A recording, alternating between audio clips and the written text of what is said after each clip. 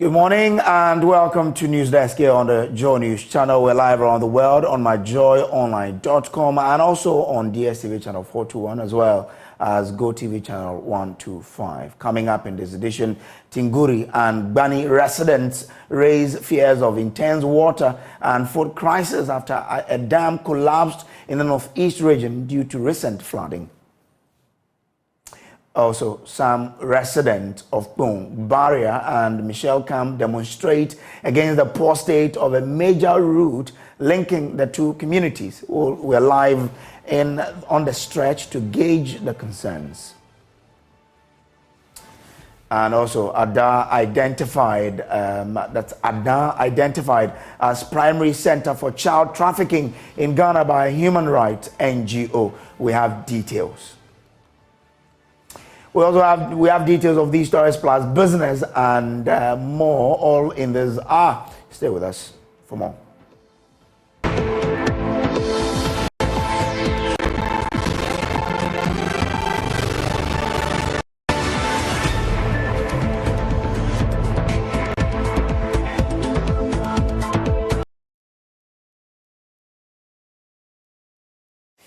Now, residents of Tinguri and Bani in the West Mamprusi municipality of the Northeast region have raised concerns about a possible water and food crisis following the collapse of a dam in the communities. The dam, which had served as their reliable source of water, broke its bank as a result of hours of torrential rainfall last week, Wednesday.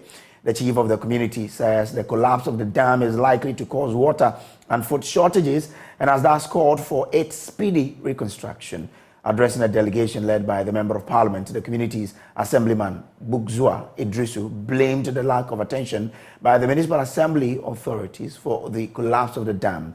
Correspondent Eliasu Tanko was in that meeting and joins us live with more. Eliasu, how significant is this dam to the livelihoods of the people?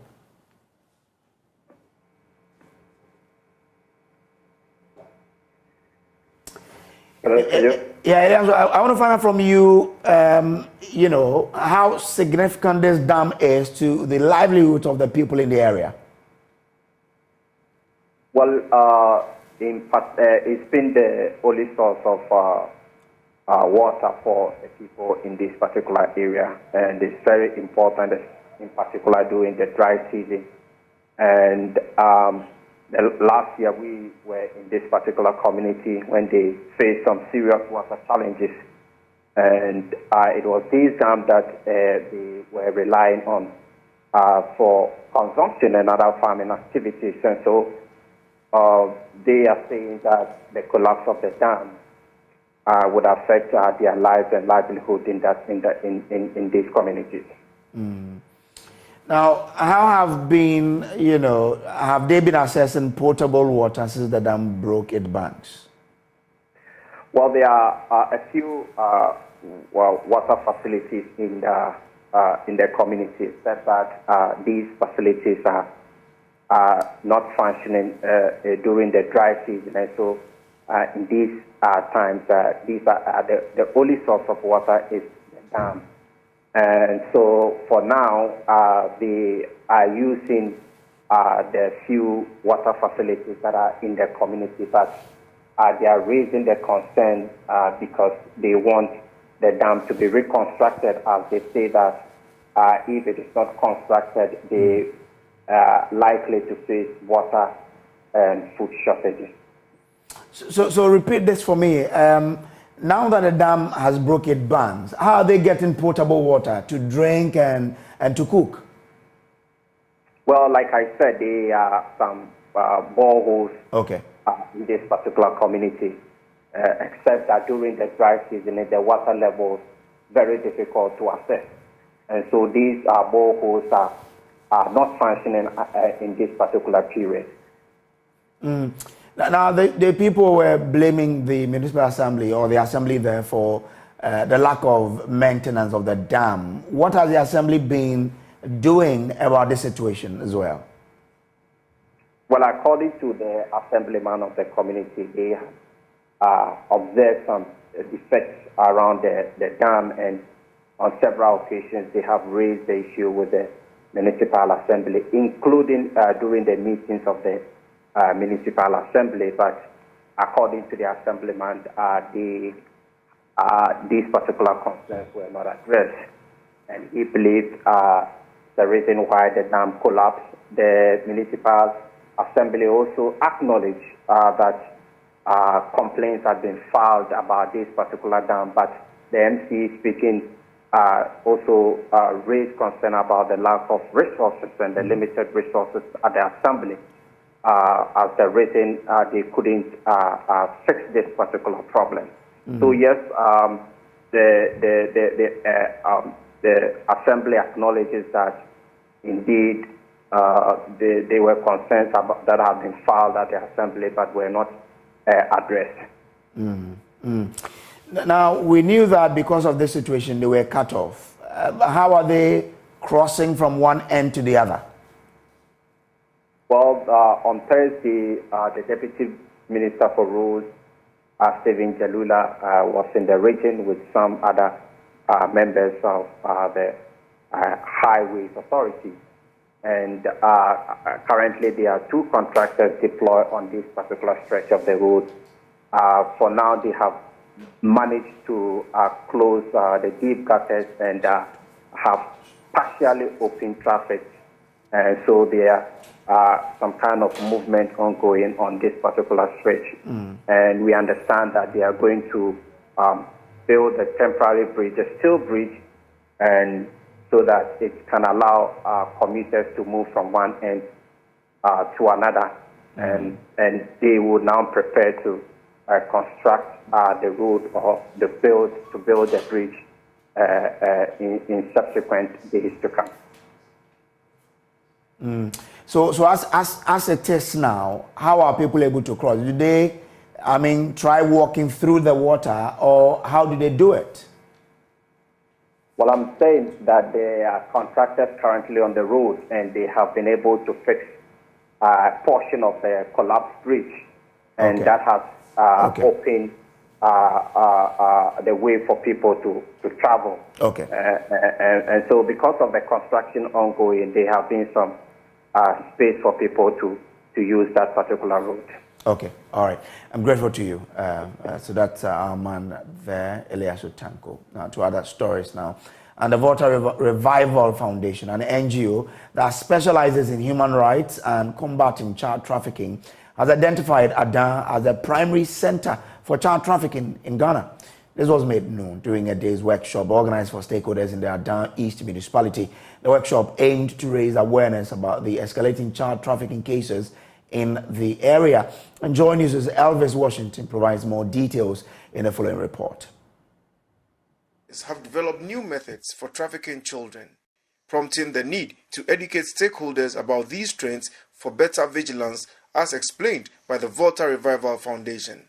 The traffickers now promises their targets opportunities such as apprenticeship, education, exposure to urban life, and more. Julius Odoy Amesimeku, the country manager of the Volta Revival Foundation, an NGO focused on curbing child trafficking, outlined strategies to counter this issue, noting that Adan has become a hotspot for child trafficking in recent times. Well, we've realized we've been working with the communities of Adan for some time, and it's out of the fact that Adan has been described as a hotbed for child trafficking and child labor. So we decided to put together this particular meeting with support from IGM, so that we can bring the various stakeholders in child protection together. So we brought the chiefs, we brought the DCE, the MP, and then the assembly members together. We wanted to deliberate on some of the measures that we need to take to ensure that we protect children. And we said the child protection network or net in Ghana is very weak, and that of Adan is very, very weak. So we wanted to bring this group of people or stakeholders together to talk and also plan for the way forward, so that we all know the roles that we need to play in protecting children. We believe that the children are our future leaders, and we need not allow children to just grow in any environment, but they need to be protected and guided even as they grow to become our future leaders. However, Comfordoyo Gansa, the Member of Parliament for the Adan East constituency, who was present at the stakeholder engagement, offered a different perspective. For the child labor issue, the negative aspect, I don't support it. Because some of them, they send them and they work like horse. Just because parents have been giving money, so you have to go and work like a horse. And their future is at stake. So those ones, I don't support them. But those who have genuine case that I'm going to fishing and I'm learning how to fish. Future, I want to be a fisherman. Let's allow it. And we should be careful with the way we ourselves label our culture. We should be careful because we are training our children now to leave our culture behind and embrace the Eastern culture. And it's not happiness. That's what has brought this whole lot of unemployment. Attendees present at the stakeholder engagement praised the efforts of NGOs in their endeavors to combat the challenge. At first, it's on the ascendancy. Now, it's coming down because of the educations that we are having from organizations like IGM, SOS, and other Challenging Heights and other NGOs. So it's coming down. I think our problem has to do with education, and that is what we are having now. A lot of parents are around the coastal areas who don't know the importance of education because they have not been to school themselves. So my advice to those parents is like they should encourage, though they have not get access to education, but they should encourage their children in all means or by all means for them to get their education, because it's very important, like in our lives, that we need to force our children to get the education that they want. The one-day stakeholder meeting brought together community leaders, assembly members, community residents, opinion leaders, and the Member of Parliament for the Adar constituency. For Joy News, my name is Elvis Washington. Now, commercial drivers who apply barrier to Michelle Camp and Saki Bediakon roads in the Katamasu municipality of the Greater Accra region are on a sit-down strike to protest the deplorable state of roads in the enclave. Now, according to them, until they see a contractor on the road, they are not returning to work. Some of them have been speaking with Joy News this morning. Driver, and we feel this pace all the time. Our roads here are very bad. They are very, very bad. And we've called on the authority for series of times.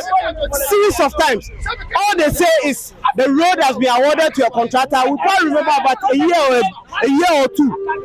They came here to cut a sword that this road will be constructed very soon.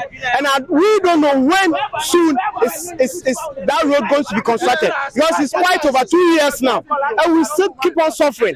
Recently, what triggers this sit-down strike is, recently we saw a video going viral that our MP asked questions about our road. And then the road minister told him that the government has no plan for Katamasu roads and other the roads that he mentioned of. So meanwhile, then we got to know that the assembly, they are deceiving us. Meanwhile, each and every day, they come there to collect tolls. The drivers are being paid tolls every day, ticket, two cities, and they have something called routine levy fee, of which every month they come to collect from the various stations, 400 cities. All those money, where does it go to? We pay the same road worthy that the people using the asphalted road, that is the same road worthy that we also pay. The same insurance they cut, that is the same road insurance that we also pay for. What is our crime? Pregnant women are suffering on the road. When it's rainfall, you cannot use this road. A road of about just 5 minutes or 10 minutes drive. You can spend about 30 minutes to 40 minutes on the road. What is our crime? Now, some commuters have also been expressing concerns over the state of roads in the area.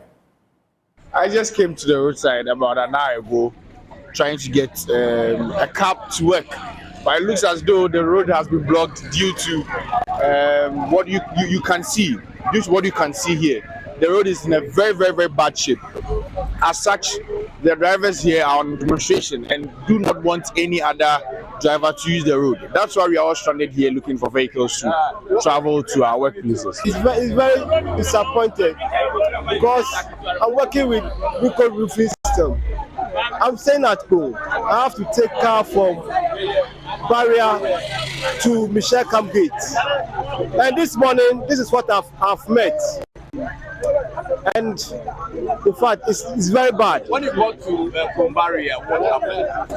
There was no taxi over there. All the passengers are.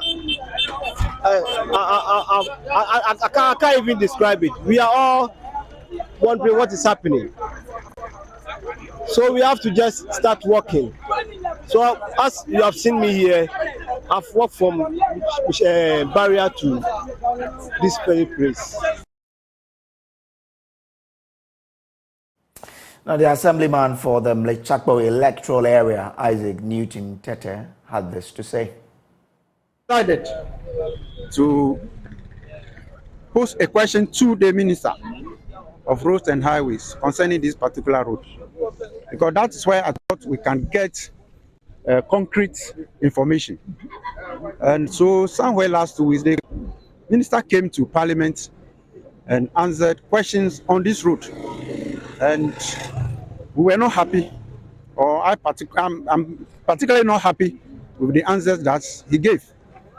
According to the minister, they don't have any program for this road as a ministry.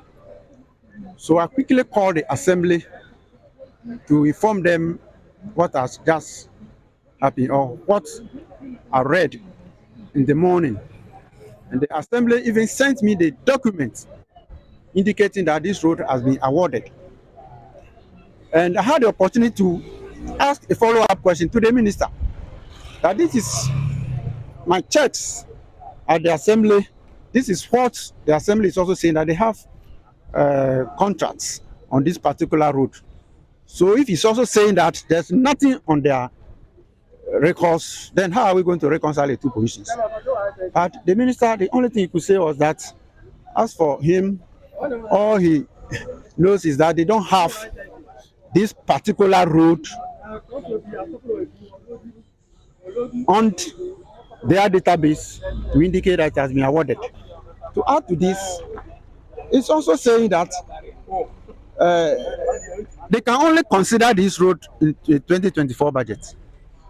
And as you can see, this road needs urgent attention. So the minister cannot push us to 2024 budget. So what is your word to the minister? My word to the minister is that they should come and do something on this road. We know that the road has been awarded according to the documents that we have. And so they should release the needed funds to the contractor so that the contractor can move to sites. So that's the MP of the area, Joseph Akwete Tete, there. Let's now listen to the assemblyman for Mlechakpo electoral area, Isaac Newton Tete. It's a road that connects the N1 and then N2. It's about 3.8 kilometers stretch of road from the Kumbaria down to the Adum Herbal Clinic. And for some time now, authorities have told us that yes, indeed, the road has been awarded on the contract.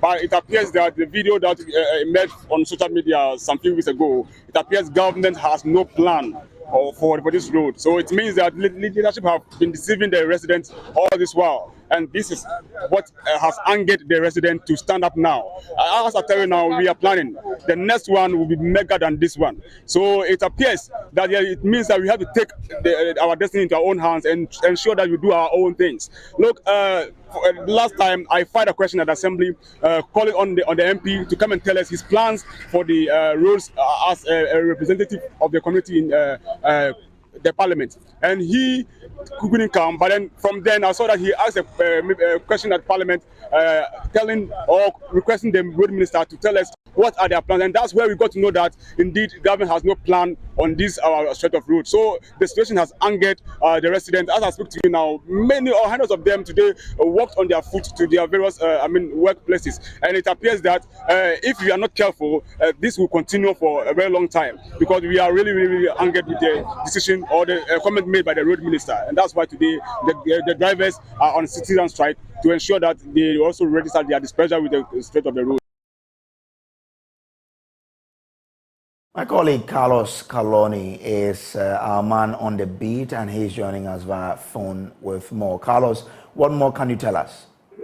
All right, so Brace, as the picture has been painted, I can tell you a number of drivers as well as stranded passengers are currently here at the Bediaku Junction, which is part of the Bombaria to Mr. Camp Road. Now, let's put this road into perspective. It's just about 3.5, 3.7 kilometers long, and the stretch is terrible. I mean, a journey that could take averagely 5 minutes, the drivers are telling us they are using about 30 minutes. But their concern actually is not about this particular road. This road is part of it, and another road from Bediaku Junction to Bediaku itself, which is just about 3 kilometers. And also from Bediaku to Bichley Junction, which is less than 2 kilometers, as well as yellow signboard to high tension, which is also roughly about 3.5 kilometers. All these roads put together make the enclave, and the drivers who ply these roads are raising this concern that they have been neglected. And I can tell you for a fact that their anger is due to a purported response given by the Minister of Roads, Honorable Amakwata, to their MP, claiming that this road is not part of their plans at all. So that is the situation on the ground, Break. Wow. So the drivers said that they are not going to work. Are they still on a sit-down strike, or they are trying to soften their stance a bit? And, yes. and how are workers getting access to work? All right, so workers are actually stranded. I mean, I saw a number of people who had to walk. I spoke with a number of them. Somebody had to walk all the way from Kombaria to, what's the name, Bediaku Junction here, which is over a kilometer.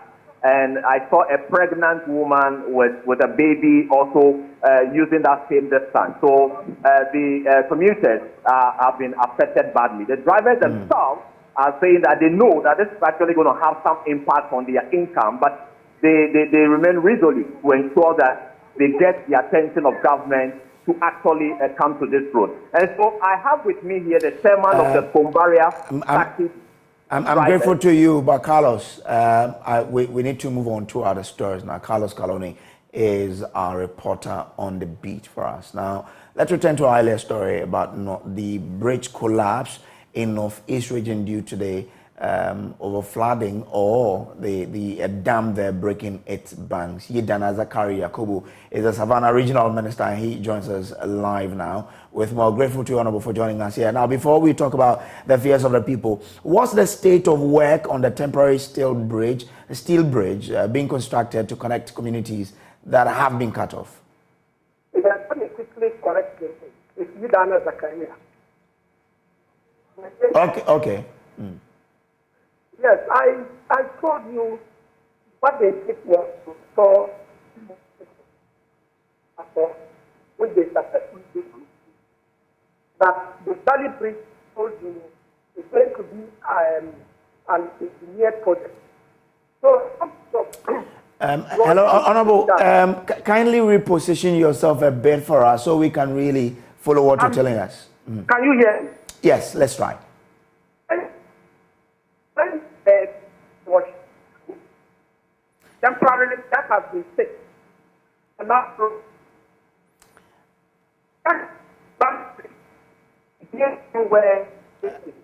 Honorable, we're having difficulties with your line. It keeps breaking. So if we'll try and get back to you so we can have a good feed. But the story is that a dam in the Northeast region broke its bank and flooded the road there, destroying the bridge connecting communities in there. Last Thursday, the Deputy Minister for Roads and Highways, Honorable Jalula, led a team of engineers to assess the situation. We understand a steel bridge will be constructed for them, and want to find out from the Savannah Regional Minister what the update on that particular bridge is. We'll be getting him very soon so that we can bring you that update. But in the meantime, though, as part of efforts aimed at increasing farmers' productivity and efficiency and to boost the cashew trade by improving harvest and post-harvest techniques, farmer groups across 4 Ghanaian regions have been supported with in-kind grant equipment to support in implementing specific activities that feed into improving farmer yield. Country representative for the West Africa Pro Cashew Project, Eric Hieno, says the move is to complement the government's effort towards improving cashew production across the country. Anna Sabet has more in this report.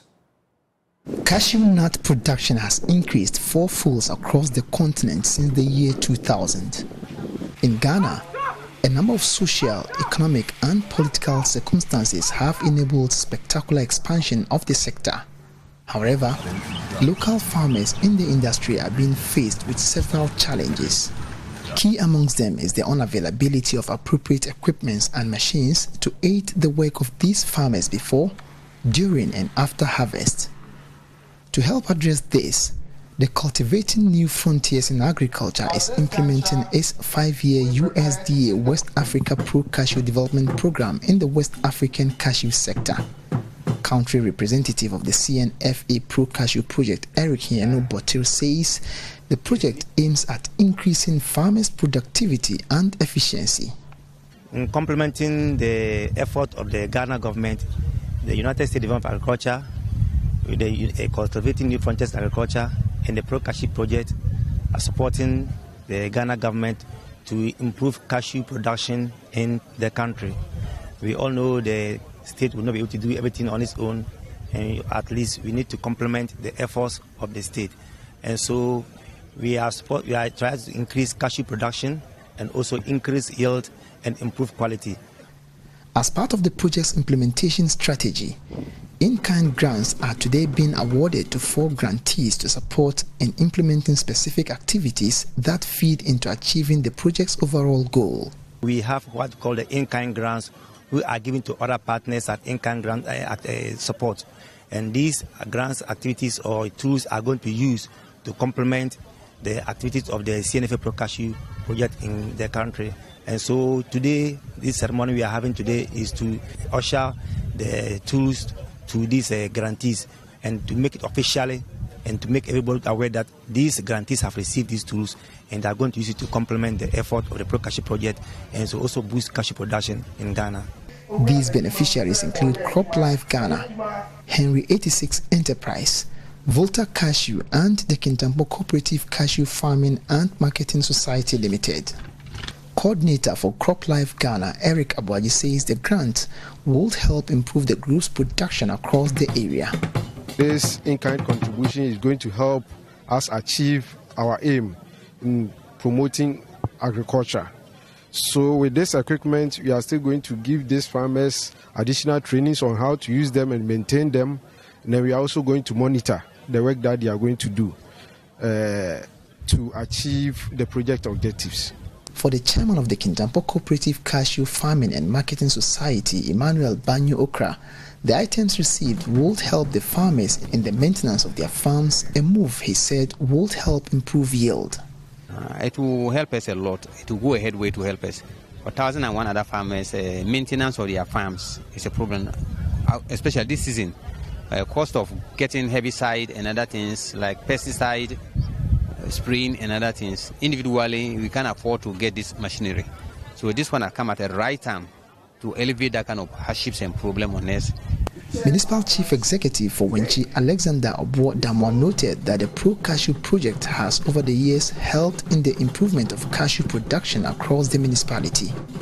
I wish to state that through the tireless efforts of the Pro Cashew program, we have witnessed a tangible impact on our local communities.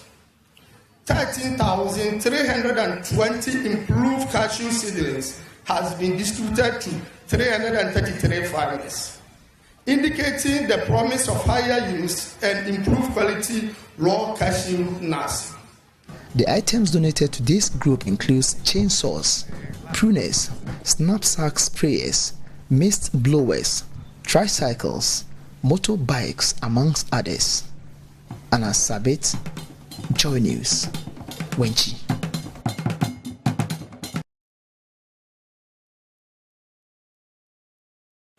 Now, Ghana needs 150,000 metric tons of onion production to fill the consumption gap.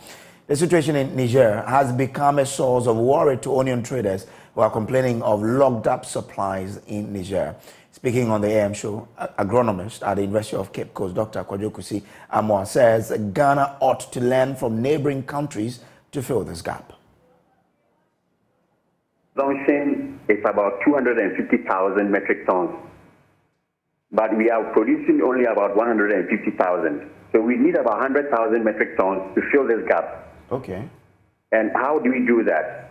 We need to find out what Niger, Nigeria, and other countries in in Africa are doing. For example, Egypt is able to do about 60 tons per hectare. But we are only doing about 18 to 20. Okay. So what are they doing that we are not doing agronomically? Number one, are we thinking about irrigating our crops? If we say we are doing all year round, do we have the capacity to do so? If the little land we have, we are not doing things that we are supposed to do, we cannot get the onions all year round. For example, there are some varieties Niger is using, Nigeria is using that we are not using. So we need to set up and say, okay, from the input to the post-harvest handling, what do we need to do? It is not just like we need all year round production. What exactly we are going to put in the production is very critical. So, for example, let me just bring in another commodity. We are importing tomato from Burkina Faso. Yeah. What is Burkina Faso doing that we cannot do? Is it the seeds, the varieties? Is it the spacing? Is it that they are irrigating? So there are so many issues that we need to look at. I believe strongly that if we improve our agronomic practices, with the little land or the space we are even doing now, we can do more. In other stories, the Tete Municipal Assembly and traditional leaders in the Bono East region have recognized the exploit of one of their own, Ellen White Opoku. Ellen was one of the awardees of the Just and the Joy News Impact Awards held on June 23, 2023. She was among the 10 shortlisted individuals from 500 nominees across the nation who made the cut. On July 12, 2023, at the Nana Hanswahene's Palace, the Tete Traditional Council, the GES, opinion leaders from across the region, including top security officials, gathered to celebrate the woman's exploits at Adeba. There's more in the following report filed by Anas Sabet. It was a night of historic wins at the maiden edition of the Joy Impact Makers Awards held at the Labadi Beach Hotel in Accra. Ellen White Opoku walked up the stage with her head held high in a sense of pride, having been one of 10 selfless individuals amongst about 500 entries adjudged to have made impactful differences towards the advancement of their communities. She was specifically recognized for her strong advocacy for girl and boy child education, ending sex and gender-based violence, and achieving the SDGs. Back home, Ellen's outstanding performance caught the attention of municipal and traditional authorities. The Techima Municipal Assembly, together with the Techima Traditional Council, teamed up to hold a befitting Durbar to celebrate Ellen Opoku for raising high the image of the municipality and the region at large. Amidst drumming and dancing, together with the dignitaries present, Ellen was ushered into the palace of the Bamuhini of the Techima Traditional Area. Here is the Municipal Director of Education, John Amisa, announcing to the gathering the purpose of the event. We have gathered here to present the award to Nananums and the elders in the community and to celebrate the effort and works done by Madam White. I want to use the opportunity to congratulate her excellent performance in the Joy News Impact Award, and one which was the maiden event organized in Accra, and also to wish her well in the work ahead. Municipal Chief Executive for Techiman Benjamin Yaojako eulogized the significant roles Ellen played in supporting girl child education within the municipality. I think that she deserved a lot of applause. Nana, Jumadie Bia Akoso Ewo Techiman has a Efama. Ellen has been very integral in every event involving girl child within the municipality. She's always there, whether invited or not. Girls in ICT program. She was there to support the recent Girls in ICT program held in the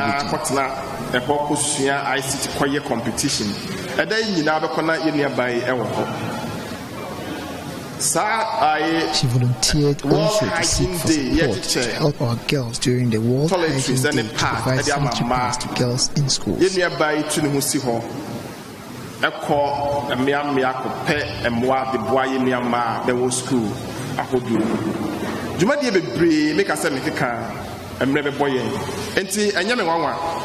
Out of 500, so for me, I was actually not surprised when I was told she emerged as one of 10 awardees honored by Joy News in the recent Joy Impact Makers Award. Out of the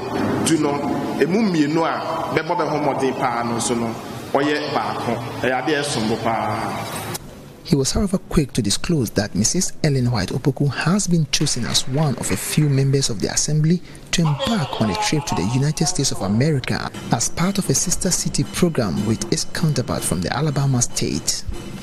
A few ways, Sir Techiman Minister Assembly and the Tuscaloosa sister cities are Alabama state. Ya young Kofa, Yawa, and Namsoma Bepaha. Due to Ellen's commitment to helping the girl child across the municipality, I want to use this opportunity to announce to this gathering that Ellen has been chosen to be amongst the delegation who will be traveling to the United States of America this year.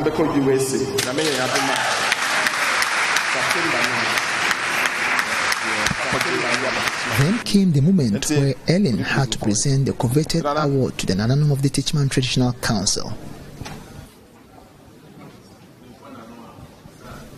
Receiving the award on behalf of the council, Nana Apentin Fosujiabo, Hansahene, and Bamuhin of the Techiman Traditional Council described Ellen's performance as outstanding and encouraged her to do more to help transform the community.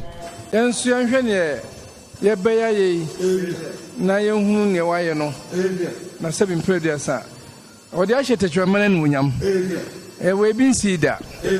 Let's all learn from Ellen for owning the traditional council because this is unprecedented. A great teacher helping our children rising to this level is worth emulating. So the Nananum of the Traditional Council are extremely grateful. One can say teacher ni nkwa na wetima kwese adwuma nyina ya ma impact abano acha say yan kula so benya bibia film another odonwase bebre. Ellen, who was extremely thankful for the honor done her by the city authorities, noted that the recognition would help her do more to improve education as well as help achieve the Sustainable Development Goal 1 that focuses on eradicating poverty. School no, but I yes your money so no. Me kakra wa me wo a metumi aye. Any minimum mujina menchen hey. Together girls officers are equally girls officers within the region. We promise to help the next generation. Me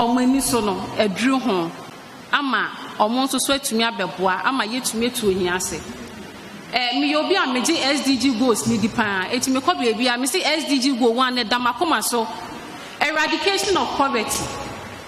We can never eradicate poverty in Ghana if these young ones are not being well catered for.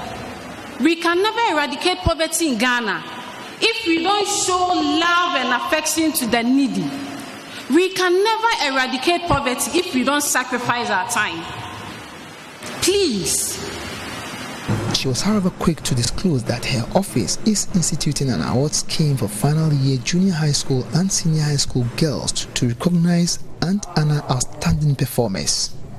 ne santi mini amu ejina hey ya pese ehye mo bo se fi na ekọ ya beyiri ye ho aye edwumaden abodi we anya media eyetechima man dia na ye ne nananom matena nkondwa ene nanahemanom ya adwin se fi na ekọ ye ma na omo school ni nyina ma ni titiru a omo bo omo ho moden no ye ba be ye bibia to hwa eye award scheme ye dey be bo ma paso eti hu se abaya we otro BC anase otro wasi no tetima nyina e ma no onu na ne modern mo ekọ nkan sa nipa no ye be bo abaso ama we hu se obotaye na esu ani so no we share in that dream and aspiration. Ellen was also presented with citations from dignitaries at the municipal, regional and national education offices, while other individuals expressed their testimonies of how much work she has exhibited in impacting the community. Congrats! Our hard-working girls education officer of Tete Municipal, Opoku, God richly bless you. Acting Queen Mother and Adontin Hima of the Teachman Traditional Council, Nana Yeboah Esiama, on behalf of her colleagues, lauded Ellen for her exploits and charged parents to desist from accumulating material possessions at the expense of their war's education.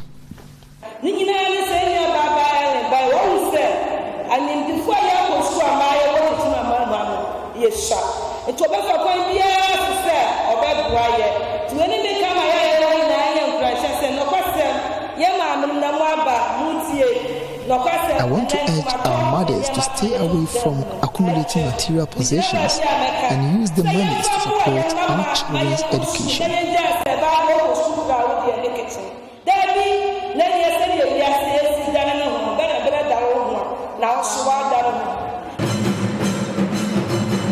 The Joy Impact Makers Awards recognize and celebrate ordinary people doing extraordinary things in their communities, shines the light on their selfless devotion to community, and Ellen White Opoku has lived up to expectation. Anna Sabet, Joy News, Techiman. Here in Accra, I am Samuel Kojo Brace. We'll take a quick break. We'll be back with more.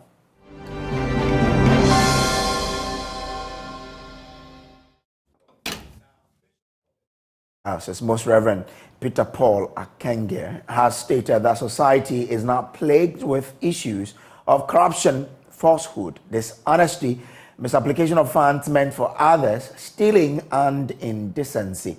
He averred that bribery and corruption now appears to be legal in our society, which he said poses a threat to the normal values of the people. Speaking at the biennial conference of the Catholic Organization for Social and Religious Advancement, Bishop Peter Paul called Christians not to despair but stand up to restore the lost moral values. Joy News' Upper West Regional Correspondent Rafiq Salam reports from Wa. Established in 1953, the St. John Mary Vianney Catholic Church, the spiritual nucleus of the Sudoku Catholic community, has achieved commendable progress over 8 decades, making notable strides in education, healthcare, and charitable missions.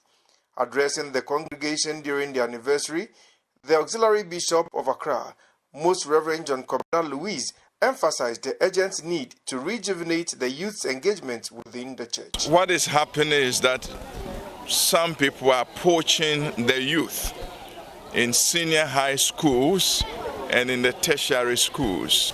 From the last but one census, which was, I think, around the year 2010, we had about 13% across the country, 13% of the population.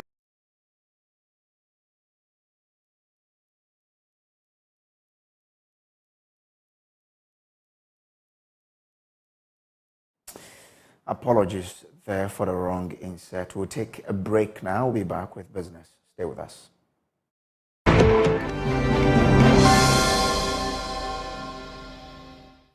Hello, welcome to Business. My name is Darryl Kwao. Critics of the fast fashion industry are alluding to a business that is encouraging overconsumption and waste with an adverse impact on the environment The trillion-dollar industry is responsible for a percentage of the global negative environmental effects, including high levels of toxic chemicals and textile waste. Lab FM's Mona Lisa Frimpong speaks with academia who say they are working to clean up the fashion industry and embrace circular economic principles.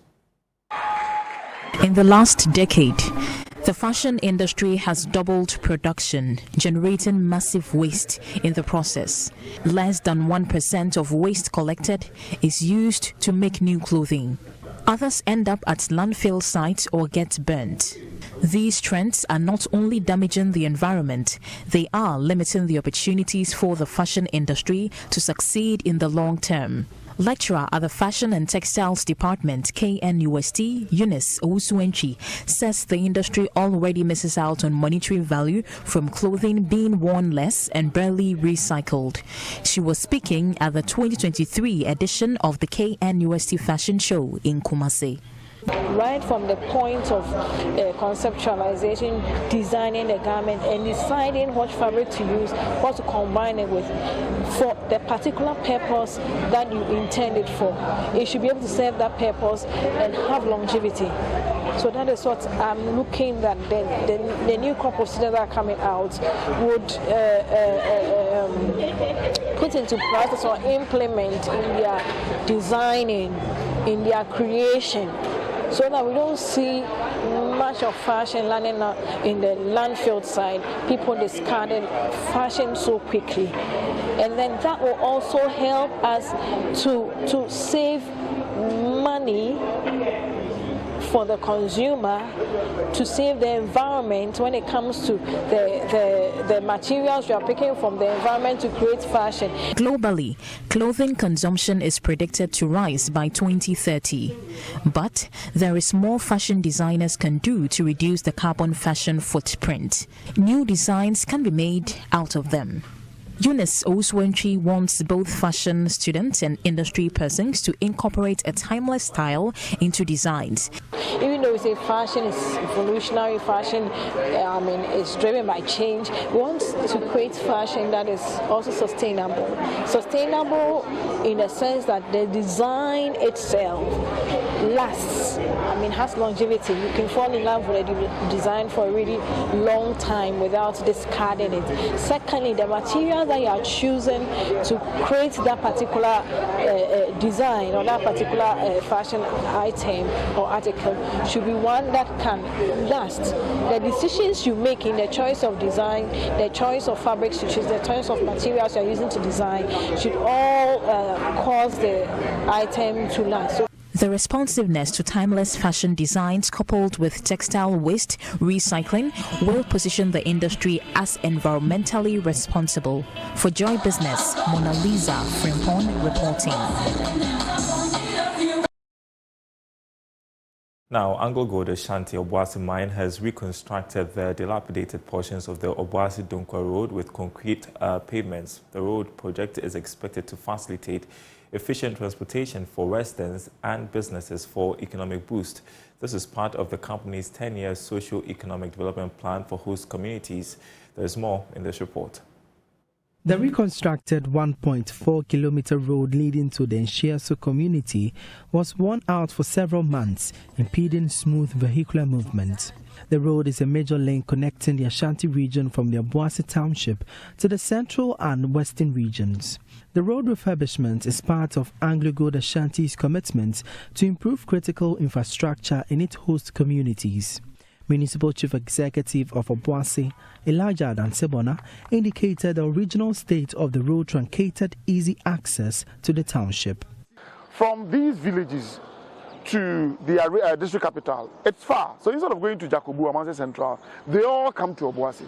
So whenever, just as I said, pregnant women are being taken to the hospital and they get here, it was an eyesore. I wish you could, as at that time, come and then take a video of how bad this stretch was. So now that it has been paved, it has solved the problem. According to Senior Sustainability Manager of AGA Obuasi Mine, Emmanuel Beidou, the road project would not only boost economic activities but enhance security. Whilst we look at investing in improving the infrastructure of our communities, we are also looking at what we can do to enhance the security of the people. We realized that the state of the road was very, very bad, and that had a huge impact on the safety and security of the people. And so this is where we thought that since we have been working collaboratively with the Assembly and we have a commitment to support the development process of Obuasi, we definitely have a role to play. Commuters and road users could not hide their excitement. Peter Bedu is a driver at Inshiesu community. Papa, I make a accident to Krawa. I hear a general Hunisano. I'm not bad. I'm a shooter. The road was really deplorable. We had challenges plying the stretch. We pleaded with AGA to reconstruct the road. We are glad they did.